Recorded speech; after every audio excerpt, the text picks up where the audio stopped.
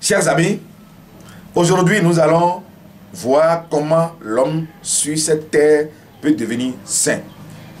Parce que si vous n'êtes pas saint, vous ne pouvez jamais bénéficier de Dieu.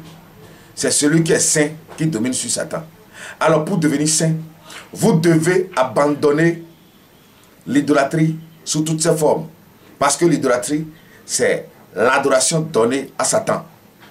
Donc, pour devenir saint, vous devez abandonner l'idolâtrie sous la forme papale romaine, ce que les Romains nous ont amené au travers du système calendaire de janvier à décembre. Parce que ce système regorge rien que des divinités de la Rome. Donc vous devez rejeter ce système calendaire.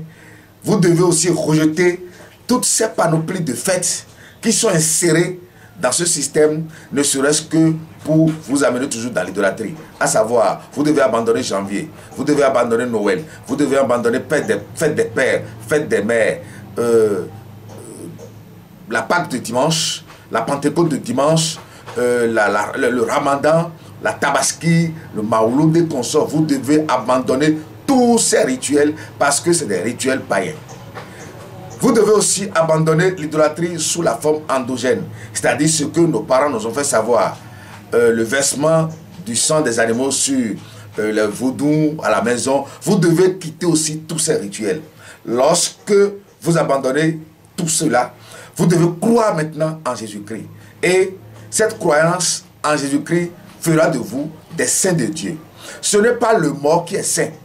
Parce que souvent les Romains nous amènent à croire que c'est celui qui est mort qui est saint.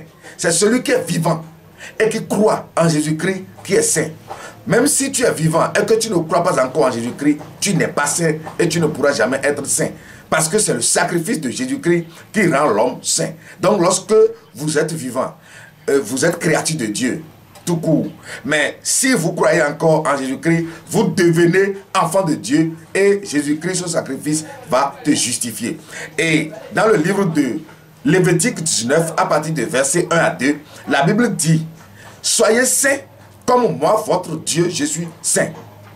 Éphésiens 2, versets 19 à 21 dit: vous êtes concitoyens des saints, gens de la maison de Dieu. Donc c'est celui qui est vivant sur cette terre et qui croit en Jésus-Christ qui est saint. Ce n'est pas le mort qui est saint. Ce que les Romains nous ont enseigné depuis 2020 ans aujourd'hui, c'est du mensonge. Le mort, ce n'est pas lui qui est saint, mais c'est celui qui est vivant et qui croit en Jésus-Christ qui est saint. Parce que Jésus-Christ est venu ôter le péché du monde pour rendre l'homme saint au nom de Jésus-Christ. Merci. Soyez bénis.